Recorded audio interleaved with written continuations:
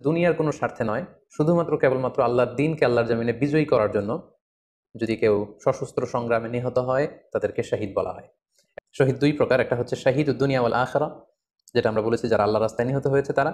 আরেকটা হচ্ছে শাহিদুল আখিরা, যারা দুনিয়াতে আল্লাহর রাস্তায় নিহত হয়নি কিন্তু পরকালে তারা শাহাদাতের মর্যাদা লাভে ধন্য হবে, কিন্তু কিয়ামতের দিন তারা শাহাদাতের মর্যাদা লাভ করবে। তারা কারা? মহামারীতে যারা মারা যায় তারাও কিন্তু শহীদ।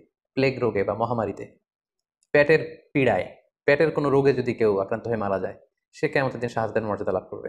পানিতে ডুবে যদি কেউ মারা যায়, সেও শাহিদ। অন্যায়ভাবে যদি কাউকে হত্যা করা হয়, হি ইজ ডিফেন্ডিং ইনজাস্টিস, অন্যায় প্রতিরোধে সে মারা গিয়েছে, এরকম মৃত্যুকেও তিনি শাহাদাতের মৃত্যু বলে ঘোষণা করেছেন। কেউ তার দিনকে হেফাজত করতে যেয়ে যদি মৃত্যুবরণ করে, সে শহীদ।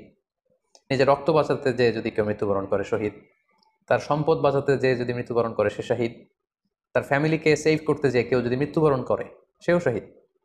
তার সম্মান, ইজ্জত, তার স্ট্যাটাসকে বাঁচাতে যেয়ে যদি কেউ মৃত্যুবরণ করে, সেও শহীদ।